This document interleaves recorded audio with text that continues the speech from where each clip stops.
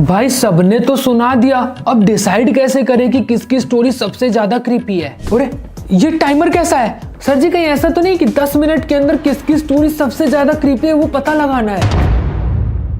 मुझे तुमने से किसी की भी स्टोरी पसंद नहीं आई। मैं तुम लोगों को एक लास्ट चांस देता हूँ। अगर तुम लोग इस बार भी कोई स्टोरी नहीं सुना पाए तो तुम लोग हमेशा के लिए मेरे साथ फंस जाओगे और यहाँ से कभी नहीं निकल पाओगे। नहीं नहीं नहीं, हमें यहाँ से बाहर निकलना है। बताइए हमें क्या करना होगा? हाँ तो सुनो, इस बार तुम चारों मिलके एक स्टोरी सुनाओगे। स्टोरी कहीं से भी रुकनी नहीं चाहिए। स्टोरी रुक तो तुम सब गए ना।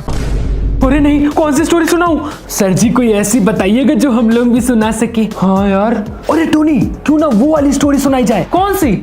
अच्छा वो वाली, हाँ हाँ वही। ठीक है शुरू करते हैं। ये कहानी है दिल्ली की, जहाँ रिया और नेहा अपनी मम्मी चांदनी के साथ एक सोसाइटी में रहते हैं। रिया को डॉल्स का बहुत शौक था। उसने इंस्टा पर देखा कि लबूबू डॉल्स का ट्रेंड बहुत जोरों शोरों से चल रहा है। बस उसने भी झट से एक लबूबू डॉल ऑर्डर कर लिया। जब पैकेट आया तो रिया ने उसे हंसते हंसते खोला।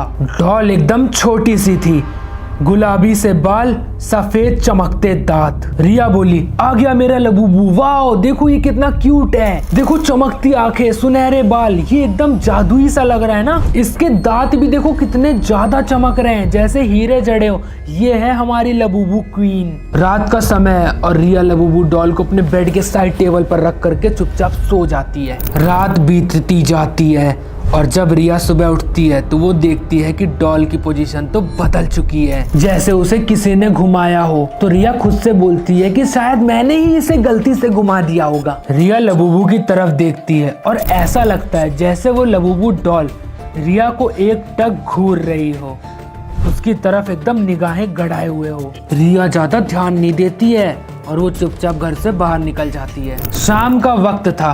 रिया अपने घर लौटती है और जब वो अपने कमरे में एंटर करती है तो वो देखती है कि टेबल पर तो लबूबू डॉल है ही नहीं। वो चिल्लाने लगती है, मेरा लबूबू डॉल कहाँ गया? नेहा तूने मेरा लबूबू डॉल लिया है क्या? तो नेहा बोलती है, नहीं मैंने तो छुआ भी नहीं। अब रिया लबूबू को ढूंढने लगती है और वो देखती है कि लबूबू डॉल तो बेड के नीचे पड़ी है और उसके पेट पर एक लाल निशान है, जैसे किसी ने उस पर से वार किया हो। रिया देखती है और कहती है ये क्या हो गया? रिया उस निशान को साफ करने की कोशिश करती है लेकिन वो लाल दाग नहीं हटता है। थक हार कर रिया उस लबूबू डॉल को दोबारा से बेड के साइड टेबल पर रख करके सो जाती है। रात का टाइम है, रिया सो रही है और तभी उसे एक डरावना सपना आता है। सपने में वो लबूबू डॉल उसके ऊपर बैठी है और अपने नुकीले दांतों से उसकी गर्दन काट रही है। अचानक रिया की नींद खुल जाती है। वो डर के मारे कांप रही होती है और तभी वो देखती है कि वो लबूबू डॉल सच में उसके ऊपर बैठी है। अब रिया एकदम चीखते हुए उठती है और उसे उठा करके बेड के नीचे फेंक देती है। जैसे ही लबूबू नीचे गिरती है कमरे की सारी लाइटें टिमटिमाने लगती हैं और अचानक पूरे घर में अंधेरा छा जाता है। कहीं से एक बच्चे के रोने की आवाज पूरे कमरे में गूंजने लगती है। रिया डरते हुए बोलने लगती, कौन है घर में, कौन है? अब रिया फटाफट से अपने रूम की लाइट्स ऑन करती है और वो देखती है कि वो लबूबू डॉल अब फिर से बेड के साइड में रखी हुई टेबल के ऊपर होती है और उसकी आंखों से आंसू बह रहे हैं। रिया खुद से बोलती है, ये कैसे हो सकता है? मैंने तो अभी इसे नीचे फेंका था, ये फिर से मेरे टेबल पर कैसे आ गई? डर के मारे रिया का दिल धक धक करने लगता है। अब रिया नेहा नेहा करके चिल्लाने लगती है। रिया की चीख सुन के नेहा और उसकी मम्मी दौड़ करके आती है। नेहा बोलती है, क्या हुआ दीदी? तो रिया बोलती है, ये लबूबू डॉल कल रात से कुछ अजीब हरकतें कर रही है। ये अपने आप चलती है जैसे इसके अंदर कोई आत्मा हो और ये रोती भी है। देख अभी भी इसकी आंखों में आंसू है। तो रिया बोलती है, मुझे तो कुछ भी नहीं दिख रहा है, इसकी आंखों में आंसू कहाँ है? तुझे पक्का भ्रम हुआ होगा, इसमें कोई जान थोड़ी ना है जो ये चलेगी। रिया की बातों पर उसकी फैमिली यकीन ही नहीं करती है। इसे महज एक भ्रम समझकर उसकी बातों को ये लोग टाल देते हैं। रिया अपने ऑफिस के लिए निकल जाती है। शाम का वक्त है और रिया ऑफिस में बैठी है लेकिन उसका मन काम में नहीं लग रहा है। उसके दिमाग में लबूबू डॉल की अजीब हरकतें घूम रही हैं। अब रिया के दिमाग में ये सब चल ही रहा होता है कि तभी उसके फोन में एक घंटी बजती है और फोन पर अचानक नोटिफिकेशंस आने लगते हैं और तभी एक फोटो दिखती है जिसके बैकग्राउंड में लबूबू की परछाई एकदम साफ दिख रही है। अब रिया डरते हुए बोलती है, मेरे फोन में लबूबू की फोटो? मैंने तो ये फोटो कभी खींची ही नहीं, मेरे साथ ही क्या हो रहा है? अब रिया गुस्से में ऑफिस से निकल पड़ती है। रिया जब घर पहुंचती है तो वो देखती है कि लबूबू डॉल टेबल पर तो है ही नहीं, वो फर्श पर पड़ी होती है। उसकी आंखें बंद होती है लेकिन उसका मुंह खुला हुआ होता है। ये देखकर रिया बोलती है, मैंने तो इसे टेबल पे रखा था,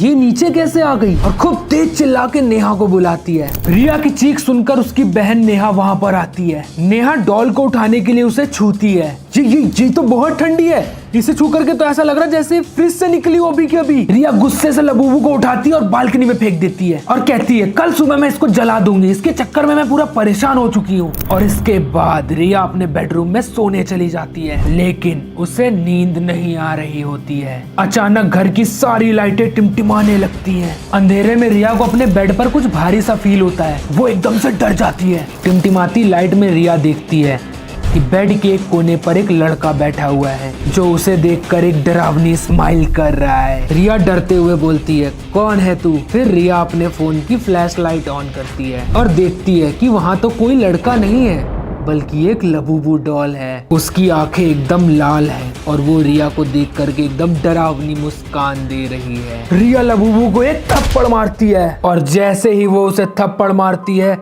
रिया के हाथ से खून बहने लगता है। अब रिया के हाथ से जो खून फर्श पर गिरा हुआ होता है वो लबूबू डॉल उसे चाटने लगती है। अब ये देखकर रिया खूब तेज चिल्लाती है। रिया की चीख सुनकर के नेहा दौड़ के आती है और बोलती है, क्या हुआ? रिया कहती, देख कल मैंने तेरे सामने इसे बालकनी में फेंका था, ये फिर से अपने आप अंदर आ गई। नेहा देखती है कि लबूबू की आंखें धीरे धीरे चमक रही है, उसके छोटे छोटे पंजे हिल रहे हैं और पूरे घर में किसी बच्चे की हंसी गूंज रही है। मुझे लगता है इसके अंदर कोई आत्मा, इसे जला देते हैं। नेहा और रिया लबूबू को बालकनी में ले जाकर के जला देती हैं। लेकिन जैसे ही रिया उस डॉल को जलाने के बाद अपने कमरे में वापस पहुंचती है तो वो देखती है कि वो लबूबू डॉल तो उसके कमरे में दोबारा से आ गई है। फिर एक बहुत क्रीपी आवाज में लबूबू बोलती है, तुम मुझे जलाकर खत्म नहीं कर सकती। हा हा हा हा हा हा हा। और लबूबू छलांग लगा करके रिया के कंधे पर बैठ जाती है और अपने नुकीले दांतों से रिया की गर्दन काट लेती है और उसका पूरा खून चूस लेती है। रिया एकदम जोर से चीखती है और वहीं पर वो खत्म हो जाती है। रिया की चीख सुन करके नेहा और उसकी मम्मी उसके कमरे में आते हैं और देखते हैं कि लबूबू की आंखें एकदम लाल हैं, उसकी आंखें चमक रही हैं और वो रिया के शरीर से खून चूस रही है। तो उसकी मम्मी बोलती है, तू कौन है? तू कोई साधारण डॉल नहीं है। तो वो लबूबू डॉल बोलती है, चंदा आंटी, मुझे भूल गई आप? चंदा आंटी। लबूबू जैसे ही उनका नाम पुकारता है चंदा आंटी तो रिया की मम्मी एकदम डर से कांपने लगती हैं। अब नेहा पूछती है, माँ ये आपको चंदा आंटी क्यों कह रही है? तो उसकी मम्मी बोलती है, चंदा आंटी तो मुझे सिर्फ एक ही बच्चा बोलता था, आरव। चंदा आंटी तो मुझे सिर्फ एक ही बच्चा कहता था, आरव। चंदा आंटी। डॉल से आवाज आती है, मैं ही हूँ आरव। तो उसकी माँ बोलती है, हाँ तो तू मेरे घर से चला जा। तो वो डॉल बोलती है, तुम्हारा नहीं, ये मेरा घर है। तुम्हारा नहीं, ये मेरा घर है। ये सुनने के बाद नेहा बोलती है, मम्मी क्या बकवास कर रही है? मम्मी ये क्या बकवास कर रहा है? तो उसकी माँ बोलती है, बेटा वो एकदम सच बोल रहा है, ये आरव का ही घर था। आरव का नाम सुनते ही रिया की मम्मी को याद आता है कि आज से लगभग 20 साल पहले आरव और उसकी मम्मी इसी घर में रहते थे। तब चांदनी अपने पति के मरने के बाद अपने 2 छोटी छोटी बेटियों नेहा और रिया के साथ आरव के घर पे रहने आई थी। एक बार चांदनी के मन में इस घर पे कब्जा करने का लालच आया और उसने आरव और उसकी माँ को मारने का जाल बिछाया। दोनों को अपने घर पर उसने खाने पर बुलाया और खाने में जहर मिला दिया और खाने के कुछ ही देर बाद दोनों मर जाते हैं। फिर चांदनी ने आरव और उसकी माँ को उसी घर में दफना दिया और खुद उस घर की मालकिन बन गई और अब आरव की आत्मा लौट आई है। लबूबू चांदनी को मार मारने के लिए दौड़ती है। चांदनी भागने की कोशिश करती है, लेकिन लबूबू दौड़ते हुए जाती है और उसके पैरों पर अपने नकीले दांतों से काट लेती है और उसका खून चूसने लगती है। कुछ ही देर में चांदनी का चेहरा एकदम राख जैसा काला हो जाता है और वो वहीं पर अपना दम तोड़ देती है। ये सब देख करके नेहा डर जाती है और बोलती है मुझे छोड़ दो, मुझे माफ कर दो। तो वो लबूबू बोलती है नहीं, और नेहा वहां से भागने लगती है और तभी दरवाजा अपने आप बंद हो जाता है और लबूबू हवा में उड़ते हुए नेहा के चेहरे के पास आती है। नेहा जोर से बोलती है मुझे माफ कर दो प्लीज, मुझे यहाँ से जाने दो प्लीज। और लबूबू कहती है नहीं, अब तुम यहीं रहोगी हमेशा हमेशा के लिए मेरे साथ। और यहीं पर ये स्टोरी खत्म हो जाती है। लबूबू जी, क्या अब हम लोग इस गेम से एग्जिट कर सकते हैं? हम लोग बच गए ना? ये तो मैं तुम्हें बाद में बताऊंगा। अरे नहीं गाइस, अब हम एवेंजर्स का क्या होगा? कमेंट करके बताओ।